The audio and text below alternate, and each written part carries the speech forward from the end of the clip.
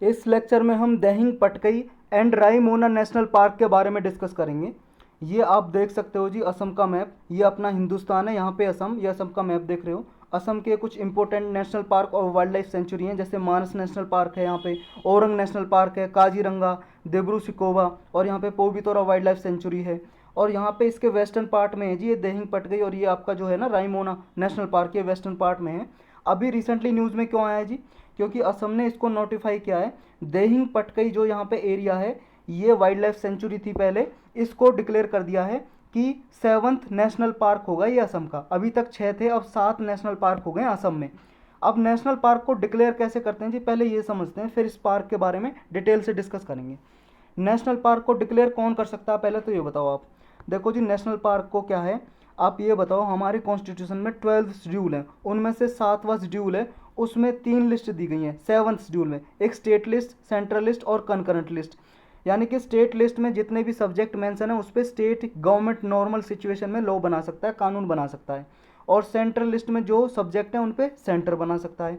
और concurrent list में जो सब्जेक्ट हैं जी, उन पे सेंटर और स्टेट गवर्नमेंट दोनों लॉ बना सकती है। और लेकिन अगर इसकी सेंटर का लॉ बना हुआ है तो वो प्रिवेल करता है, मतलब वो माना जाता है, ऊपर सेंट्रल गवर्नमेंट की मतलब पावर ज़्यादा रहती है। यानी कि कनकरेंट लिस्ट में जो सब्जेक्ट हैं सेंटर और स्टेट दोनों बना सकती है लॉ। अब आप बताओ फॉरेस्ट कौन सी लिस्ट में आता है? फॉरेस्ट जो जंगल होता है जी, वो एरिया, फॉरेस्ट एरिया कौन सी लिस्ट में आता है? वो आता है जी कनकरेंट लिस्ट में। इसका मतलब ये हुआ नेशनल पार्क भी एक फॉरेस्ट ही है, तो कौन डिक्लेयर कर सकता है इसको? यानी कि दोनों कर सकते हैं, सेंट्रल गवर्नमेंट भी नोटिफाई कर सकता है और स्टेट गवर्नमेंट भी कर सकता है, सेंट्रल गवर्नमेंट भी और स्टेट गवर्नमेंट दोनों कर सकते हैं। तो अभी क्या है जी, जैसे किसी एरिया को, चाहे वो विद इन द सेंचुरी है और या आउटसाइड है, कहने का मतलब ये है, जैसे मान लो यहाँ पे फॉरेस्ट एरिया, उसको वाइल्ड लाइफ सेंचुरी डिक्लेयर किया हुआ है। वाइल्ड लाइफ सेंचुरी किस लिए डिक्लेयर कर देते हैं? ताकि वहाँ पे एनिमल्स या किसी प्लांट या ट्रीज को संरक्षण किया जा सके, कंजर्वेशन किया जा सके, इसलिए डिक्लेयर कर देते हैं। तो कोई भी एरिया सेंचुरी के बाहर है, अंदर है, तो स्टेट गवर्नमेंट उसे नोटिफाई कर सकती है, नेशनल पार्क बना सकती है उसे, वाइल्ड लाइफ सेंचुरी को। मतलब एक तरह से ये वाइल्ड लाइफ सेंचुरी डिक्लेयर करने के बाद अपग्रेड कर देते हैं उसे नेशनल पार्क। यानी कि उसे ज़्यादा प्रोटेक्शन दी जाती है वहाँ पे, वहाँ की इकोलॉजी को, वहाँ का फोना और फ्लोरा है जी। फोना मतलब क्या है जी? ये फोना का मतलब होता है एनिमल्स वगैरह, बर्ड एनिमल्स वगैरह। फ्लोरा का मतलब प्लांट एंड ट्रीज। और जो भी वहाँ पे जोलॉजिकल एसोसिएशन इंपॉर्टेंस है उसकी, उसका प्रोटेक्शन किया जाता है इस नेशनल पार्क में। और एक बात याद रखनी है आपको इम्पोर्टेंट, कि कोई भी ह्यूमन एक्टिविटी अलाउड नहीं होती, परमिट नहीं होती किसमें? नेशनल पार्क में। No human activity is allowed in the national park except जब अगर आपको कोई एक्टिविटी करनी है, आपको नेशनल पार्क के अंदर जाना है, तो वहाँ पे जिस स्टेट गवर्नमेंट में एक चीफ वाइल्ड लाइफ वार्डन होता है, यानी कि एक ऑफिसर होता है, जिस ऑफिसर का नाम है चीफ वाइल्ड लाइफ वार्डन। इसकी परमिशन लोगे तब जाके आप नेशनल पार्क में जा सकोगे। ये लिखा हुआ है वाइल्ड लाइफ प्रोटेक्शन एक्ट 1972। बहुत ही इंपॉर्टेंट एक्ट है, पिछले 10 साल के पेपर उठाकर देख लो, कोई से भी साल के, आपको हर साल यूपीएससी के प्रीलिम में इससे क्वेश्चन मिलेगा जिस एक्ट से। कोई भी जानकारी आपको इस एक्ट के थ्रू मिले वो आपको नोट कर लेनी है। यानी कि कहने का मतलब ये है कि वाइल्ड लाइफ सेंचुरी में जी कोई ह्यूमन एक्टिविटी अलाउड की जा सकती है, लेकिन नेशनल पार्क में कोई भी ह्यूमन एक्टिविटी नहीं अलाउ की जा सकती। यानी कि नेशनल पार्क में आप क्या है, एक पेड़ का पत्ता भी नहीं तोड़ सकते। You can not plug a leaf of a tree. एक पत्ता भी पेड़ का नहीं तोड़ सकते हो आप नेशनल पार्क में जाके। लेकिन हाँ, वाइल्ड लाइफ सेंचुरी में कुछ एक्टिविटी अलाउ कर दी जाती हैं, लेकिन नेशनल पार्क में नहीं। तो आप समझते हैं जी ये देहिंग पटकाई नेशनल पार्क में क्या इंपॉर्टेंट है इसकी, और क्या इंपॉर्टेंस है, क्या इसमें पाया जाता है। देखो जी, ये कहाँ पे लोकेटेड है, पहले तो ये आपको याद करना है। ये असम में ही है, लेकिन असम की 2 डिस्ट्रिक्ट आती हैं इसमें, डिब्रूगढ़ और तिनसुकिया डिस्ट्रिक्ट। क्या दोनों डिस्ट्रिक्ट याद करना जरूरी है? बिल्कुल जी हाँ, बिल्कुल ज़रूरी है। आप यूपीएससी का प्रीलिम का पेपर उठा कर देखो, 2020 का ही देख लो, आप ज़्यादा मत देखो, उसमें पूछा हुआ है डिजर्ट नेशनल पार्क कौन कौन सी डिस्ट्रिक्ट में आता है। तो ये आपको ये याद रखना, डिजर्ट नेशनल पार्क पिछली बार न्यूज में था तो पूछ लिया। ये डिब्रूगढ़ और तिनसुकिया डिस्ट्रिक्ट में, 2 डिस्ट्रिक्ट में पड़ता है जी ये। और ये यहाँ पे क्या है, देहिंग पटकई एलिफेंट रिजर्व है, जहाँ पे एलिफेंट को कंजर्व किया जाता है, एलिफेंट हाथी पाए जाते हैं इसमें, देहिंग पटकई एलिफेंट रिजर्व में। तो इसी के अंदर लोकेटेड है देहिंग पटकई नेशनल पार्क।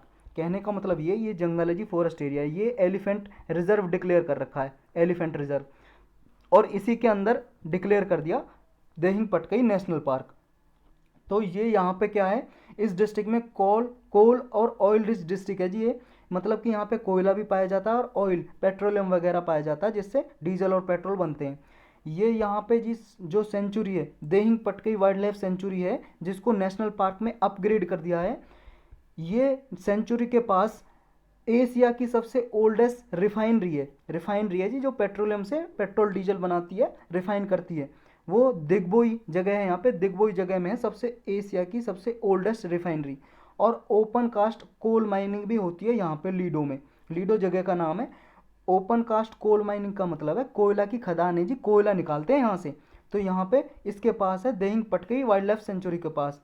और Dehing Patkai wildlife century को जयपुर रेन फॉरेस्ट भी बोलते हैं, जयपुर रेन फॉरेस्ट। तो ये भी आ जाए आपको कहाँ पे है, जयपुर, इससे कन्फ्यूजन नहीं होता है कभी सोच के कि जयपुर को जयपुर लिख दिया ये राजस्थान में होगा, ना ना, जयपुर अलग है। जयपुर रेन फॉरेस्ट कहाँ पे है, असम में, Dehing Patkai wildlife century भी बोलते हैं इसको। अब इसकी नेमिंग कैसे की गई है, देहिंग पटकई की नाम कैसे रखा गया है, इसलिए नाम रखा गया है क्योंकि यहाँ पे देहिंग नाम से रिवर फ्लो करती है इस फॉरेस्ट में। देहिंग नाम इसलिए रखा गया है, और पटकई इसलिए रखा गया क्योंकि यहाँ पे पटकई की पहाड़ियाँ हील हैं, तो इसलिए इसका नाम रखा गया Dehing Patkai wildlife century. Dehing नदी का नाम है, पटकई पहाड़ी का नाम है हिल्स का। अब यहाँ पे फ्लोरा कौन कौन से मिलते हैं, यानी कि प्लांट और ट्रीज या फॉरेस्ट एरिया। इस नेशनल पार्क में, देहिंग पटकई नेशनल पार्क में रेन फॉरेस्ट मिलता है यहाँ पे, असम में रेन फॉरेस्ट यानी कि ट्रॉपिकल रेन फॉरेस्ट, जिसे एवरग्रीन भी बोल सकते हो। इस तरह का होता है जी घना जंगल, बहुत सारी ट्रीज वगैरह होती हैं और बारिश बहुत ज़्यादा होती है, जिसमें नॉर्मली 5 लेयर या 4 या 5 लेयर मिलती है ट्रीज की। जैसे नीचे घास हो गई, फिर उससे बड़े छोटे प्लांट हो गए, फिर झाड़ियाँ हो गई, फिर पेड़ हो गए उससे बड़े, और फिर उससे बड़े पेड़ हो गए। ऐसे कुछ 5 लेयर मिलती है प्लांट और ट्रीज की, या 4 या 5, एटलीस्ट 4 और या फिर 5, कम से कम 4 या 5 लेयर मिलती हैं ऐसे प्लांट एंड ट्रीज की। उसे ट्रॉपिकल रेन फॉरेस्ट या ट्रॉपिकल एवरग्रीन फॉरेस्ट बोलते हैं। ट्रॉपिकल इसलिए बोलते हैं क्योंकि ये ट्रॉपिकल एरियाज में आता है ना, ये 0 डिग्री इक्वेटर है यहाँ पे, और 23.5 डिग्री के अराउंड यहाँ पे लगभग मिलता है ये ट्रॉपिकल, और यहाँ पे सब ट्रॉपिकल। तो ट्रॉपिकल सब ट्रॉपिकल में आते हैं जी, उसे ट्रॉपिकल का नाम दे देते हैं। ये फोना कौन कौन से मिलते हैं इस Dehing Patkai wildlife century यानी कि नेशनल पार्क में। इसमें फोना का मतलब है एनिमल्स या बर्ड। यहाँ पे चाइनीज पेंगोलिन मिलती है, फ्लाइंग फॉक्स मिलता है जी, यहाँ पे wild pig, sambar, barking deer, gaur, serow, Malayan, giant squirrel मिलती है। ये आप देखो चाइनीज पेंगोलिन, ये चाइनीज पेंगोलिन है। ये आपकी फ्लाइंग फॉक्स है, उड़ने वाली लोमड़ी। ये है आपका वाइल्ड पिग, जंगली सुअर। ये आपका सांबर, डियर है जी, हिरन की प्रजाति है सांबर। ये आपका बार्किंग डियर, ये भी डियर, हिरन की प्रजाति है। ये है बार्किंग डियर, भौंकने वाला, कुत्ते की तरह भौंकता है इसलिए इसका शायद नाम है बार्किंग डियर। और ये आपका गौर, इसे इंडियन बिशन भी बोलते हैं, इंडियन बिशन या गौर। गौर मतलब भारतीय भैंसा बोलते हैं इसको, भारतीय भैंसा। ये है हिमालयन सैरो या सैरो बोल लो इसको, ये है आपका। और ये है गिलहरी का ही टाइप है, गिलहरी का type squirrel, Malayan giant squirrel. यहाँ पे जी एक चीज़ याद रखनी है आपको, इस किसमें सेंचुरी है जो Dehing Patkai wildlife sanctuary, यहाँ पे पूरे इंडिया में केवल एक ही सेंचुरी है। It is only sanctuary in India जिसमें वाइल्ड कैट की 7 डिफरेंट स्पीसीज मिलती हैं।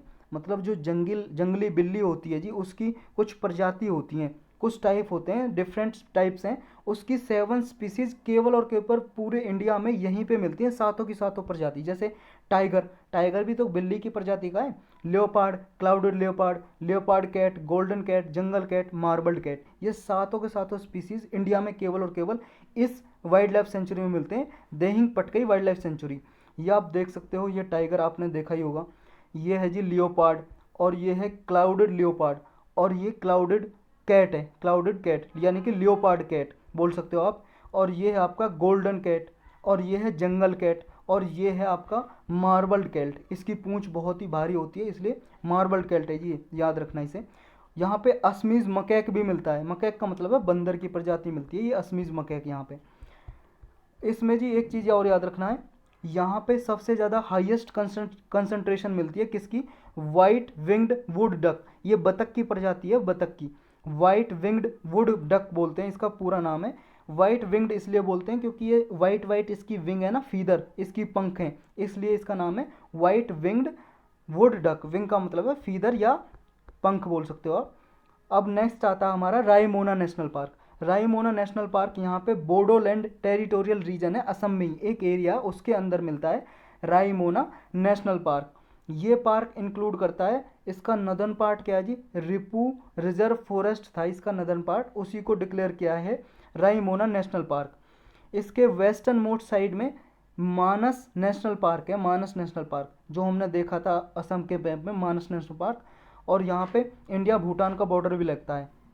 इसके बॉर्डर और बाउंड्री क्या क्या है, इसके वेस्टर्न साइड में रायमोना नेशनल पार्क के वेस्टर्न साइड में संकोस रिवर, यहाँ से संकोस रिवर फ्लो करती है, और इसके ईस्टर्न साइड में सरलभंगा रिवर फ्लो करती है। तो आपको संकोस और सरलभंगा रिवर भी याद रखना है, मैच द फॉलोइंग में पूछे जा सकते हैं, कहाँ पे हैं, असम में है। और दोनों की दोनों रिवर संकोस और सरलभंगा रिवर ये ब्रह्मपुत्र रिवर की ट्राइब्यूटरीज है। ट्राइब्यूट का मतलब है सहायक नदियाँ, ब्रह्मपुत्र रिवर में आके मिल जाती हैं दोनों संकोस और सरलभंगा रिवर। और इसके जो सदर्न साइड है रायमोना नेशनल पार्क, उसके सदर्न साइड में यानी कि दक्षिण में पैकुआ पैकुआ रिवर फ्लो करती है यहाँ पे।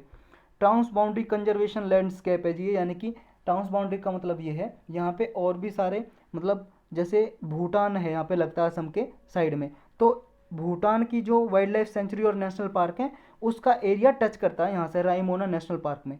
भूटान के ये पिप्सू वाइल्ड लाइफ सेंचुरी और जिग्मे सिंगे वोंगचुक नेशनल पार्क है, इसका एरिया टच करता है भूटान की जो बाउंड्री लगती है असम से, समझ गए।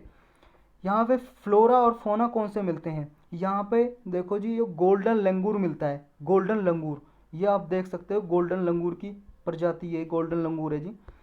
यहाँ पे एशियन एलिफेंट मिलता है, रॉयल बंगाल टाइगर मिलता है, क्लाउडेड लियोपर्ड मिलता है, क्लाउडेड लियोपर्ड हमने ऊपर देख लिया है, इंडियन गौर हमने ऊपर देख लिया है, भारतीय भैंसा, wild water buffalo, spotted deer और हॉर्नबिल मिलता है। तो ये देख लेते हैं जी कैसे होते हैं। ये हाथी सबने देखा ही होगा, एलिफेंट, ये बंगाल टाइगर मिलता है यहाँ पे, रॉयल बंगाल टाइगर, ये वाटर वाइल्ड बफेलो जी, पानी में रहने वाली भैंस है, जंगली भैंस।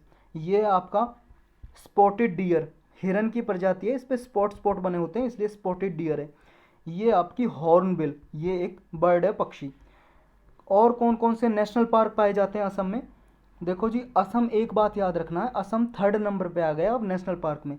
मतलब सबसे ज़्यादा नेशनल पार्क जो मिलते हैं वो मध्य प्रदेश में मिलते हैं, 12 हैं, 12 नेशनल पार्क मध्य प्रदेश में मिलते हैं। उसके बाद 9 नेशनल पार्क मिलते हैं अंडमान एंड निकोबार आइलैंड में।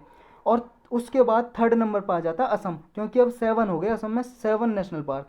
ये 7 नेशनल पार्क कौन कौन से हैं, देहिंग पटकई नेशनल पार्क, रायमोना, काजीरंगा, मानस, नमेरी, औरंग और दिब्रू सिखोवा, ये दिब्रू सिखोवा नेशनल पार्क। इनमें से काजीरंगा और मानस नेशनल पार्क को यूनेस्को ने वर्ल्ड हेरिटेज साइट डिक्लेयर कर दिया है। तो ये चीज़ भी याद रखनी है कौन सा वर्ल्ड हेरिटेज साइट में आता है। यूनेस्को आपको पता है जी यूनाइटेड नेशन की एक स्पेशलाइज एजेंसी है जो किसी भी एरिया को वर्ल्ड हेरिटेज साइट यानी कि विश्व विरासत स्थल डिक्लेयर कर देती है, जिसकी कोई इंपॉर्टेंस रहती है, मतलब कोई अलग ही तरीके का होता है वहाँ पे, कल्चरल इंपॉर्टेंस हो, सांस्कृतिक कोई उसके महत्वपूर्ण हो सांस्कृतिक तरीके से, या फिर उसकी इन्वायरमेंट के तरीके से कोई इंपॉर्टेंस हो, तब डिक्लेयर करती है यूनेस्को उसको वर्ल्ड हेरिटेज साइट। और एक चीज़ याद रखनी है, काजीरंगा नेशनल पार्क और मानस नेशनल पार्क है, और औरंग नेशनल पार्क और नमेरी नेशनल पार्क, ये चारों टाइगर रिजर्व भी हैं। तो ये 4 टाइगर रिजर्व भी हैं कहाँ पे, असम में, नमेरी, औरंग, काजीरंगा नेशनल पार्क और मानस नेशनल पार्क, ये चारों नेशनल पार्क भी हैं और टाइगर रिजर्व भी हैं। तो यही था जी बस इस लेक्चर में।